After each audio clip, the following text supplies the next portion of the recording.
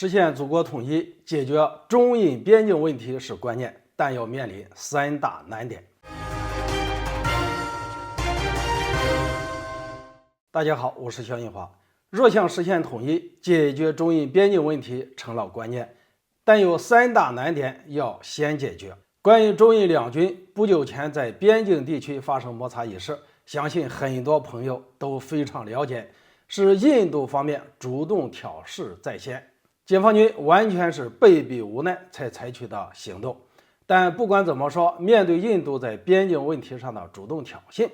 解放军果断出手，其实也表明了中国在中印边境问题上的态度，那就是绝不允许任何人来挑衅，而且在面对挑衅时也绝不会手软。总之，对于中印边境问题，我国所采取的态度是一致的，那就是希望印方同中国相向而行，共同维护中印边境地区的和平安宁。但是很显然，中印边境问题的始作俑者，或者说中印边境问题上的挑衅者，一直以来都是印度方面。在一些分析看来，印度方面始终是在对边境地区不接受现状，想改变现状，而中国则是想要在管控风险，维持现状，于是两国之间便有了分歧，而这个分歧是一个很大的麻烦，也可谓是在中印边境问题上埋下了一颗雷。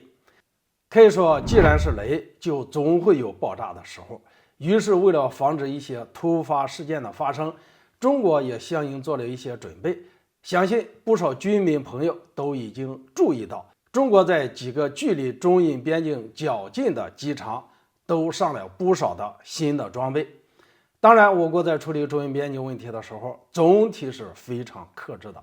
不管我们做了什么样的准备，都不会主动去惹事儿。但是不主动惹事儿，并不意味着我国在面对印度咄咄逼人的挑衅时不会做出反应，只不过即便是做出反应，我国也会是很克制的，不会造成两国两军全面交战。但是我国现在面临的最主要的问题是美国在台海问题上愈发没有底线的挑衅。美国都已经把对台军援、加快武装台岛写进了美国的法律条文之中，这就意味着距离我国解决台海问题的时间越来越近。而与此同时，有个问题也随之而来，倘若我国在解决台海问题上中印边境埋下的那颗雷万一突然爆炸怎么办？中国要同时在台海方向和中印边境去解决两个问题吗？在我看来，我国若想实现统一，那么解决中印边境问题恐怕是关键。原因非常简单，只有把这个问题给解决好了，那么我们在实现统一时，才不会有人在别的方向上对我国发难。我国应该如何解决中印边境问题呢？以我所见，要想把这个问题解决好，可谓是面临3大难点。首先，印度方面的野心挺大，始终想在中印边境问题上占到便宜，而这也是中印边境问题上发生摩擦的根本原因。其次，印度国内的媒体往往跟着西方媒体走，对于中印之间的一点小的摩擦，他们就会大肆的渲染报道，极力煽动中印两国的对抗，这也扭曲了印度民众对中国的看法，会让他们产生一种错觉，进而对中国有一个很坏的影响。第三，那就是中印边境问题虽然是中印两国之间的事情，